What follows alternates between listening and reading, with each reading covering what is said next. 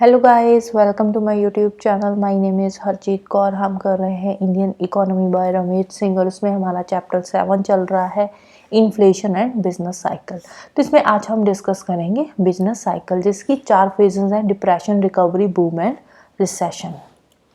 अब जब बात आती है ग्रोथ एंड डेवलपमेंट की, तो ये जो दोनों टर्म्स है ना, दोनों इंटरडिपेंडेंट है। ग्रोथ कब होती है? जब हम देखते हैं कि हमारे जो इकोनॉमिक पैरामीटर्स है वो बढ़ रहे हैं, लाइक जीडीपी हमारी इंक्रीज हो रही है, तो इट मीन्स जो हमारी इकोनॉमी है वो ग्रो कर रही है, हमारी इकोनॉमी की ग्रोथ हो रही है। लेकिन जब बात आती है क्वालिटी ऑफ लाइफ की, तो तब वहां पे टर्म आती है डेवलपमेंट। अगर ग्रोथ के साथ साथ लोगों की क्वालिटी ऑफ लाइफ इंप्रूव हो रही है, लोगों का जो रहने का तरीका है वो इंप्रूव हो रहा है, लोगों का स्टैंडर्ड ऑफ लिविंग बढ़ रहा है, तो इट मीन्स इकोनॉमी में ग्रोथ के साथ साथ डेवलपमेंट भी हो रही है। अब डेवलपमेंट में क्या होता है? जब डेवलपमेंट होती है तो लोग ज़्यादा से ज़्यादा खर्चा करते हैं फूड पे, न्यूट्रिशन पे, हेल्थ पे, एजुकेशन पे, शेल्टर पे, सोशल सिक्योरिटी पे। लेकिन कभी कभार क्या होता है कि इकोनॉमिक पैरामीटर्स बढ़ते रहते हैं, लेकिन लोगों का जो स्टैंडर्ड ऑफ लिविंग है, जो क्वालिटी ऑफ लाइफ है, वो इम्प्रूव नहीं होती। ग्रोथ ज़्यादा होती है, डेवलपमेंट कम होती है। तो उस केस में क्या होता है? उस केस में रिच और पुअर के बीच में गैप बढ़ जाता है। जो अमीर है वो अमीर होता जाता है, गरीब दिनों दिन गरीब होता जाता है। तो इसीलिए किसी भी इकोनॉमी में अगर ग्रोथ हो रही है तो उसके साथ साथ डेवलपमेंट होना भी जरूरी है। अब डेवलपमेंट में क्या करना होगा? अगर डेवलपमेंट हो रही है तो इट मीन्स कि इकोनॉमी में जो लेवल ऑफ इनकम है ना, वो इक्विटेबल है। अगर लेवल ऑफ इनकम इक्विटेबल होगा तो वहां पे डेवलपमेंट भी होगी ग्रोथ के साथ। अदरवाइज अकेली ग्रोथ ही होएगी, अमीर अमीर होता जाएगा और गरीब गरीब होता जाएगा। अब किसी भी इकोनॉमी में इनकम को बढ़ाने के लिए क्या करना होगा? किसी भी इकोनॉमी में इनकम को इन्हांस करने के लिए उस इकोनॉमी में लेवल ऑफ प्रोडक्शन को इंक्रीज करना होगा। अब लेवल ऑफ प्रोडक्शन अगर इंक्रीज होगा तभी किसी इकोनॉमी में लोगों की जो इनकम है वो बढ़ेगी। अब डेवलपमेंट करने के लिए चाहिए हायर ग्रोथ। ग्रोथ के बिना डेवलपमेंट पॉसिबल नहीं है। जो डेवलपमेंट है वो डायरेक्टली और इनडायरेक्टली कहीं ना कहीं ग्रोथ पे ही डिपेंडेंट है। ग्रोथ के बिना डेवलपमेंट करना भी पॉसिबल नहीं है। अब ग्रोथ कैसे होएगी? ग्रोथ करने के लिए हमें अपनी इकोनॉमी में इकोनॉमिक एक्टिविटीज को बढ़ाना होगा। अगर हमारी इकोनॉमी में इकोनॉमिक एक्टिविटीज ज्यादा होएगी तभी ग्रोथ होएगी, ग्रोथ होएगी तभी डेवलपमेंट भी होएगी। तो जो ग्रोथ एंड डेवलपमेंट है दोनों एक दूसरे पे डिपेंडेंट है। स्पेशली जो डेवलपमेंट है वो ग्रोथ पे डिपेंड करती है। अगर इकोनॉमी की ग्रोथ हो रही है, डेवलपमेंट भी तभी पॉसिबल है। अब इकोनॉमिक एक्टिविटीज को बढ़ाने के लिए हमारी सरकारें क्या करती है? हमारी सरकारें अलग अलग तरह की इकोनॉमिक पॉलिसीज लेकर आती है, क्योंकि इकोनॉमी में इकोनॉमिक एक्टिविटीज को बढ़ाना है तो इकोनॉमिक पॉलिसीज भी तो लानी पड़ेगी ना। उस अकॉर्डिंग सूटेबल इकोनॉमिक पॉलिसीज को इम्प्लीमेंट करना भी जरूरी हो जाता है। अब कभी कभार क्या होता है, ये जो हमारी इकोनॉमिक एक्टिविटीज है ना, कभी कभार तो इकोनॉमिक एक्टिविटीज बेस्ट परफॉर्म करती है, अपने बेस्ट लेवल पे होती है, कभी कभी वर्स्ट लेवल पे होती है। क्योंकि किसी भी इकोनॉमी में जो इकोनॉमिक एक्टिविटीज हो रही है वो जरूरी नहीं है कि वो बेस्ट ही परफॉर्म करेगी हर बार। कभी कभार इकोनॉमिक एक्टिविटीज कम भी हो जाती है, कभी कभार इकोनॉमी में इकोनॉमिक एक्टिविटीज बहुत ज्यादा बढ़ भी जाती है। तो ये जो दो सिचुएशंस आती है ना, इसको बोलते हैं बूम एंड रिप्रेशन। जब इकोनॉमिक एक्टिविटीज अपने बेस्ट लेवल पे होती है, बेस्ट परफॉर्म करती है, तो उसको बोलते हैं बूम। जब इकोनॉमिक एक्टिविटीज वर्स्ट लेवल पे होती है, वर्स्ट परफॉर्मेंस देती है, तो उसको बोलते हैं रिप्रेशन। अब ये जो डिफरेंट फेजेस है ना इकोनॉमिक एक्टिविटीज की, ये भी इकोनॉमीज में आना जरूरी होता है। क्योंकि जो इकोनॉमिक एक्टिविटीज हो रही है तो जरूरी नहीं है कि वो हमेशा बेस्ट ही परफॉर्मेंस देगी। अलग अलग जो एक्टिविटीज हम कर रहे हैं उनकी अलग अलग फेजेस होगी, तो उसके अलग अलग रिजल्ट्स होंगे। तो ये जो दो सिचुएशंस आ रही है, एक तो बेस्ट परफॉर्मेंस की, एक वर्स्ट परफॉर्मेंस की। बेस्ट के टाइम पे बूम की सिचुएशन आती है, जब वर्स्ट परफॉर्म करती है तो रिप्रेशन की सिचुएशन आती है। और ये जो बूम एंड रिप्रेशन है, इसके बीच में और बहुत सारी इकोनॉमिक एक्टिविटीज भी आती है और बहुत सारी सिचुएशंस आती है बूम एंड डिप्रेशन के बीच में। अब देखो, एक तो बूम की स्टेज हो गई, एक हो गई डिप्रेशन की स्टेज। अब डिप्रेशन और डिप्रेशन क्या होता है, डिप्रेशन जब और ज्यादा वर्स्ट हो जाता है तो उसको बोल देते हैं डिप्रेशन, ठीक है। अब डिप्रेशन ही जब बहुत ज्यादा भयंकर हो जाता है, वर्स्ट हो जाता है, तो वो फिर डिप्रेशन जैसी सिचुएशन बन जाती है। अब ये जो बूम एंड डिप्रेशन है, इसके बीच में भी अलग अलग सिचुएशंस आती है, जैसे कि स्टैग्नेशन हो गया। स्टैग्नेशन मतलब इकोनॉमी एकदम से बंद पड़ी है, कुछ भी नया नहीं हो रहा, ना तो इकोनॉमी बढ़ रही है ना कम हो रही है, मतलब कांस्टेंट है इकोनॉमी, तो उसको बोलते हैं स्टैग्नेशन स्टेज। एक होता है स्लो डाउन, मतलब इकोनॉमी में स्लो डाउन आ रहा है, इकोनॉमिक एक्टिविटीज कम हो रही है। एक होता है रिसेशन, रिसेशन मतलब बहुत ज्यादा जो इकोनॉमी है उसमें स्लो डाउन बहुत ज्यादा आ रहा है, स्लो डाउन बहुत ज्यादा हो गया, उसको बोल देते हैं रिसेशन। रिकवरी मतलब कि हमारी जो इकोनॉमी है वो थोड़ा रिकवर कर रही है, ठीक अच्छा खासा परफॉर्म कर रही है, तो उसको बोल देते हैं रिकवरी। अब ये जो इकोनॉमिक एक्टिविटीज में फ्लक्चुएशंस आती है डिप्रेशन एंड बूम के बीच में, उसको बोलते हैं बिजनेस साइकिल, ठीक है। अब देखो, अगर रिकवरी बहुत ज्यादा अच्छी हो जाएगी, अब रिकवरी वाली फेज आ गई, रिकवरी बहुत ज्यादा हो जाएगी तो उसको बोलते हैं बूम। अगर रिसेशन हद से ज्यादा बढ़ जाएगा, रिसेशन जैसी सिचुएशन आई और यही रिसेशन हद से ज्यादा बढ़ जाएगा तो क्या होगा, इकोनॉमी में आ जाएगा डिप्रेशन। तो ये जो बूम एंड डिप्रेशन है, ये कहीं ना कहीं किससे रिलेटेड है, रिकवरी एंड रिसेशन से। अब रिकवरी होती है, रिकवरी हद से ज्यादा हो गई तो बूम की सिचुएशन आ जाएगी, रिसेशन हद से ज्यादा बढ़ गया तो डिप्रेशन की सिचुएशन आ जाएगी। और ये जो रिकवरी और रिसेशन है, इसी के बीच में आती है स्टैग्नेशन एंड स्लो डाउन। ये जो दो स्टेजेस है, स्टैग्नेशन एंड स्लो डाउन, ये दोनों स्टेजेस ये रिकवरी और रिप्रेशन के बीच में आ जाती है, स्टैग्नेशन एंड स्लो डाउन की सिचुएशन। और ये सारे का सारा क्या है, ये है एक बिजनेस साइकिल, राइट। अब ये जो बिजनेस साइकिल है ना, इसकी टोटल 4 फेजेस है। कौन कौन सी, depression, recovery, boom and recession. अब एक एक करके इन चारों टर्म्स को हम समझने की कोशिश करते हैं। सबसे पहले आता है डिप्रेशन। अब जैसे ही टर्म डिप्रेशन सामने आती है तो 1929 में यूएसए का ग्रेट डिप्रेशन दिमाग में आ जाता है कि 1929 में जो यूएसए में ग्रेट डिप्रेशन आया था, वो आज तक पूरी वर्ल्ड इकोनॉमी में किसी भी कंट्री ने फेस नहीं किया। तो अब ये जो डिप्रेशन है, इसके ट्रेड्स कौन कौन से होते हैं। डिप्रेशन जब आता है तो उस टाइम पे इकोनॉमी की क्या सिचुएशन होती है, तो उस टाइम पे क्या होता है, जो डिमांड है इकोनॉमी में वो कम हो जाती है। अब डिमांड अगर कम हो जाएगी तो उससे क्या होगा, जो इकोनॉमिक एक्टिविटीज है वो भी स्लो डाउन हो जाएगी, इकोनॉमिक एक्टिविटीज भी कम होनी शुरू हो जाएगी। अब देखो, अगर डिमांड ही नहीं है तो डिमांड नहीं होगी तो इकोनॉमिक एक्टिविटीज ऑब्वियसली धीरे धीरे कम होनी शुरू हो जाएगी। इकोनॉमिक एक्टिविटीज कम होएगी, डिमांड कम होएगी, उससे क्या होगा, इन्फ्लेशन भी कम हो जाएगी, लोअर हो जाएगी। इन्फ्लेशन कब बढ़ती है, जब डिमांड बढ़ती है, डिमांड कम होएगी तो इन्फ्लेशन भी ऑटोमेटिकली कम होएगी। अब इन्फ्लेशन कम हो गई, डिमांड कम हो गई, इकोनॉमिक एक्टिविटीज कम हो गई, उससे क्या होगा, उससे एम्प्लॉयमेंट भी कम ही होगा।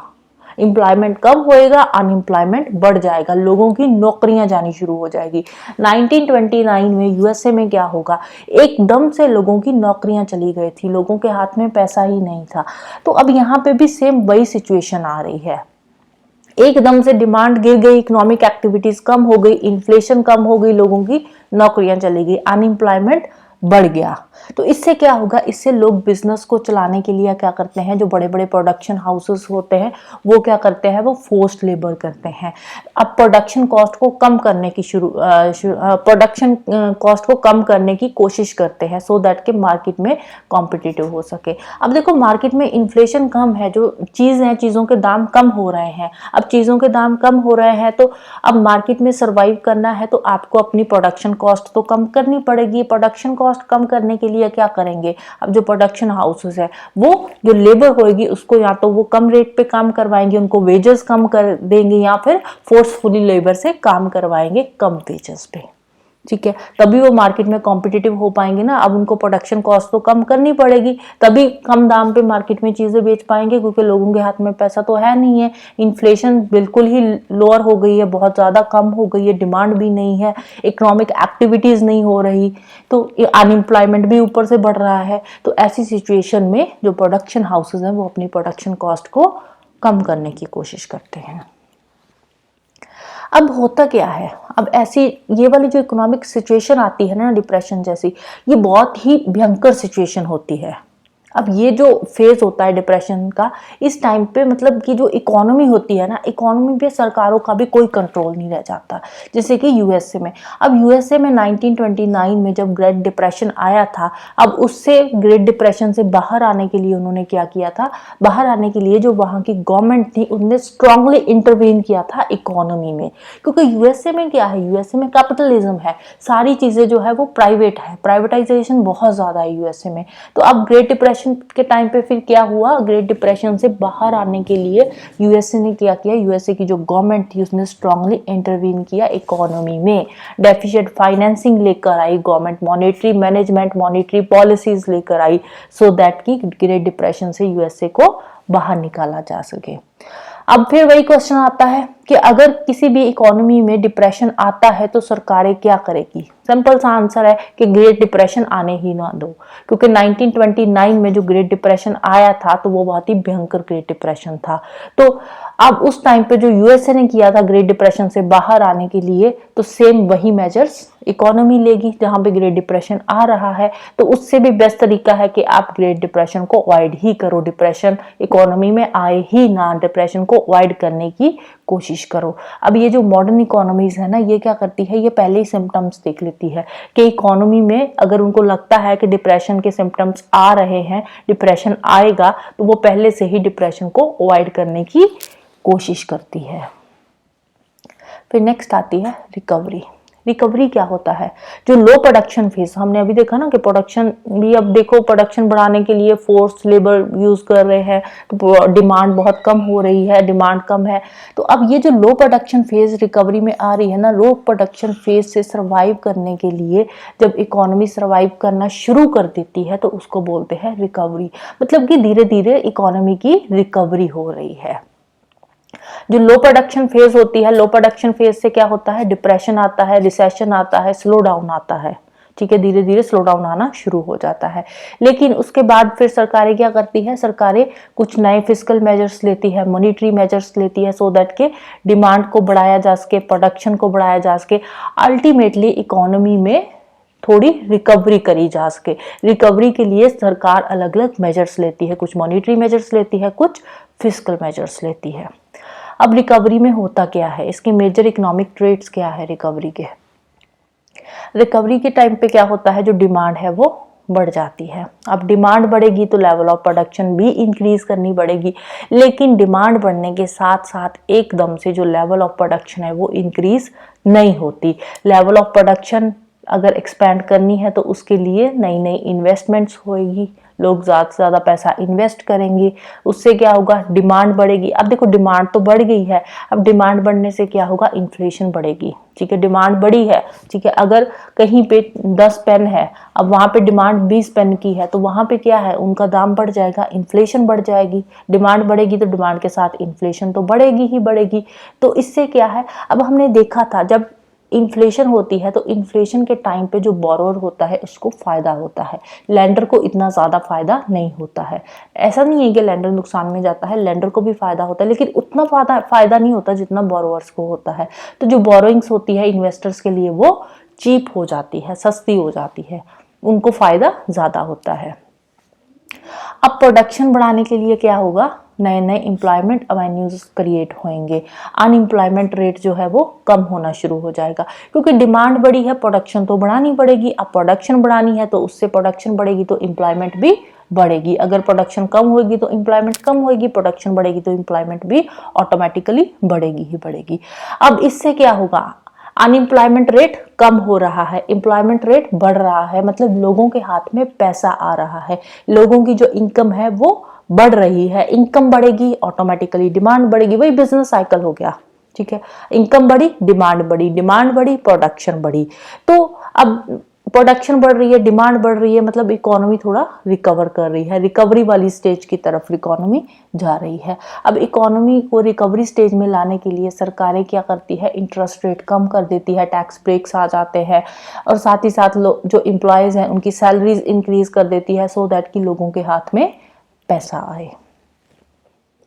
अब जो ग्रेट डिप्रेशन आया था, ग्रेट डिप्रेशन से जो यूरो अमेरिकन जो कंट्रीज थी, जो इकोनॉमीज थी, उन्होंने अब कैसे इन्होंने रिकवर करा था, यही जो मेजर्स हमने अभी अभी पढ़े हैं, इन्हीं मेजर्स की हेल्प से इन्होंने ग्रेट डिप्रेशन जैसी सिचुएशन से रिकवर करा था। क्योंकि अब देखो डिप्रेशन आया, डिप्रेशन के बाद रिकवरी तो होनी ही थी। रिकवरी कैसे करी उन्होंने, जो हमने अभी अभी मेजर्स पढ़े हैं, डिमांड को बढ़ाया, डिमांड बढ़ेगी तो प्रोडक्शन बढ़ेगी, प्रोडक्शन बढ़ेगी, लोगों की सैलरीज बढ़ाई, इंटरेस्ट रेट कम करे, सो दैट कि जो पैसा है वो इकोनॉमी में आए, पैसा इकोनॉमी में आएगा तभी रिकवरी होएगी ना। तो इस तरह से इकोनॉमी में पैसा आया और धीरे धीरे जो यूरो अमेरिकन इकोनॉमीज थी उनकी रिकवरी होनी शुरू हो गई।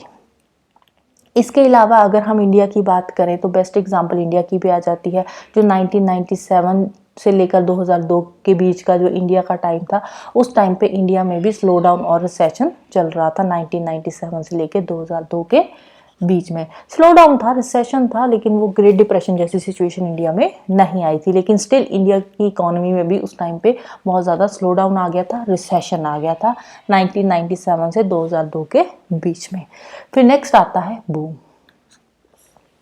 बूम क्या होता है? बूम होता है जब इकोनॉमिक एक्टिविटीज एकदम से बढ़ जाती है। अब देखो रिकवरी हो रही है धीरे धीरे धीरे धीरे, लेकिन जब रिकवरी बहुत ज़्यादा हो जाती है तब क्या होता है? बूम आता है। रिकवरी कैसे होती है? रिकवरी के टाइम पे इकोनॉमिक एक्टिविटीज़ को हम बढ़ा रहे थे कि इकोनॉमिक एक्टिविटीज़ ज़्यादा से ज़्यादा होनी चाहिए।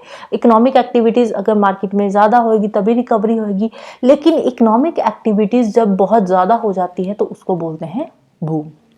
अब बूम के कौन कौन से ट्रेड्स होते हैं? N accelerated and prolonged increase in the demand. Boom के टाइम पे डिमांड एकदम से बढ़ जाती है, ठीक है। Prolonged increase in the demand मतलब कि डिमांड जो है, जब बूम जैसी सिचुएशन आएगी तो डिमांड बढ़ेगी। लोगों की डिमांड मतलब लोगों के हाथ में पैसा आ रहा है, पैसा आ रहा है तो डिमांड भी बढ़ेगी। अब डिमांड बढ़ेगी तो उससे क्या होगा?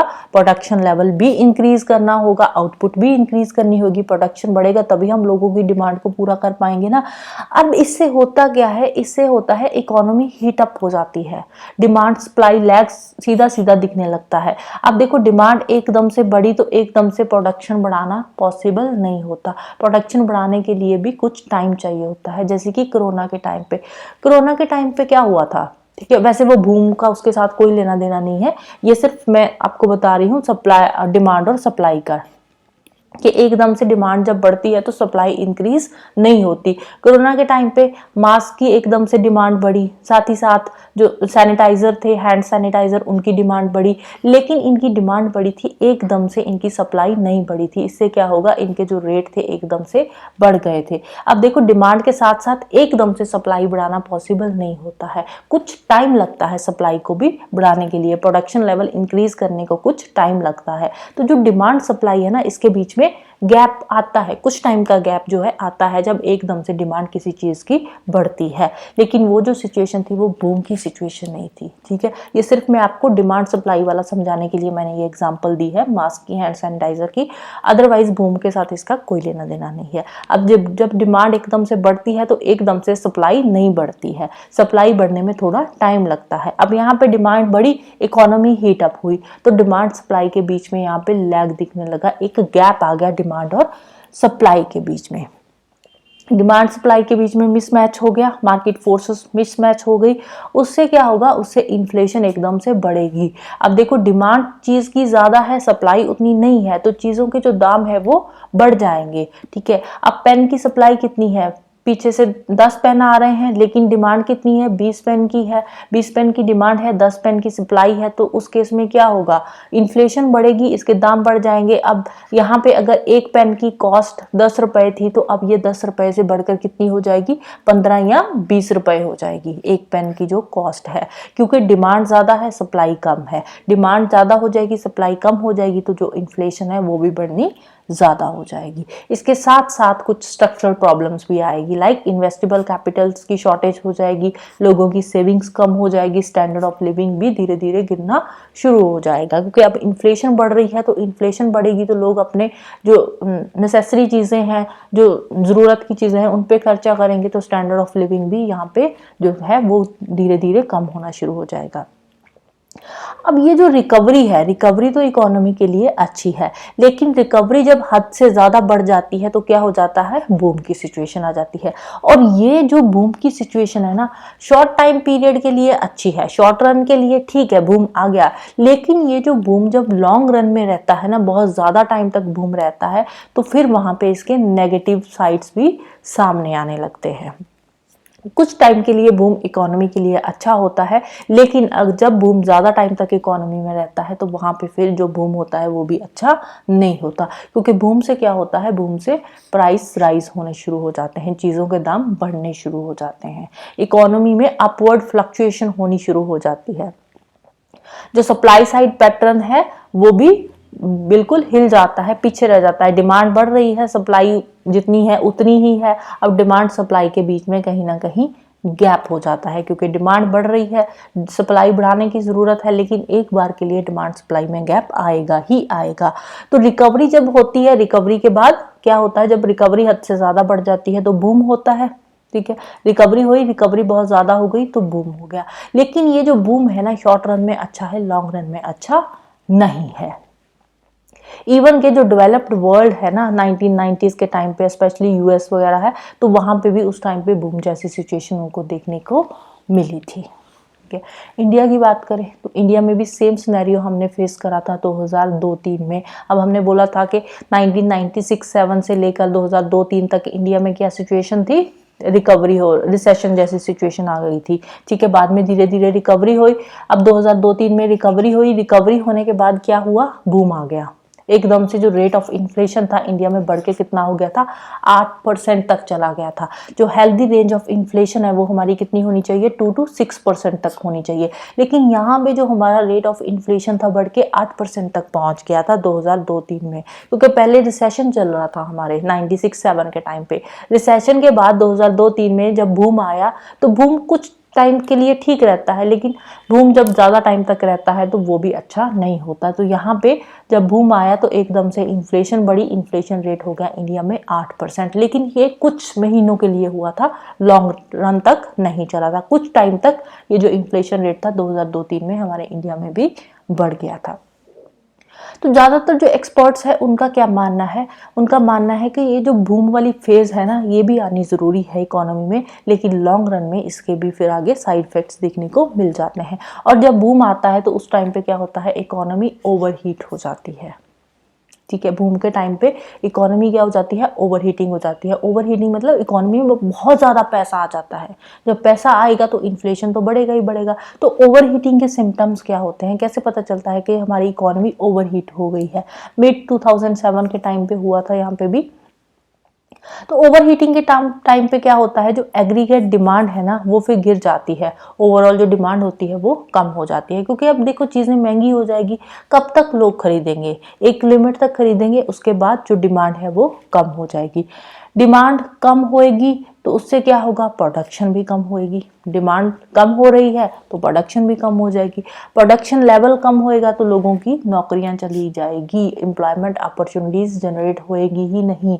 एम्प्लॉयमेंट ग्रोथ रेट जो है वो कम होना शुरू हो जाएगा, लोगों की नौकरियां जानी शुरू हो जाएगी। डिमांड गिरती जा रही है, डिमांड जैसे जैसे गिरेगी, अब प्रोड्यूसर्स क्या करेंगे, जो लेबर है उनकी, जहाँ पे जो लेबर उनकी काम कर रही है उनकी वेजेस कम कर देगी। अब नहीं तो सैलरीज बढ़नी चाहिए ना। अब यहाँ पे डिमांड कम हो रही है तो डिमांड कम होएगी तो उनको लो कॉस्ट पे प्रोडक्शन करनी होगी। लो कॉस्ट पे प्रोडक्शन करने के लिए क्या करेगी, वो जो लेबर फोर्स है, लेबर फोर्स की जो सैलरीज है वो कम करनी शुरू कर देगी। अब लेबर की सैलरीज कम होएगी तो कुछ लोग नौकरियां छोड़कर चले जाएंगे, तो अनएम्प्लॉयमेंट रेट जो है यहाँ पे बढ़ जाएगा। तो रेट ऑफ इन्फ्लेशन जो होता है, रेट ऑफ इन्फ्लेशन जो है हमेशा लो लेवल पे रहना चाहिए। बहुत ज़्यादा जब रेट ऑफ इन्फ्लेशन बढ़ जाएगा वो भी इकोनॉमी के लिए अच्छा नहीं होता, क्योंकि अब देखो जब इन्फ्लेशन बढ़ता है, वैसे तो बोरोवर्स के लिए अच्छा होता है, लैंडर्स के लिए ठीक ठाक, मतलब लैंडर्स को इतना ज़्यादा फायदा उसमें नहीं होता, बोरोवर्स को ज़्यादा फायदा होता है।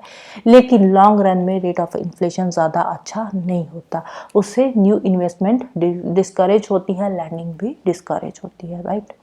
So this is all about today.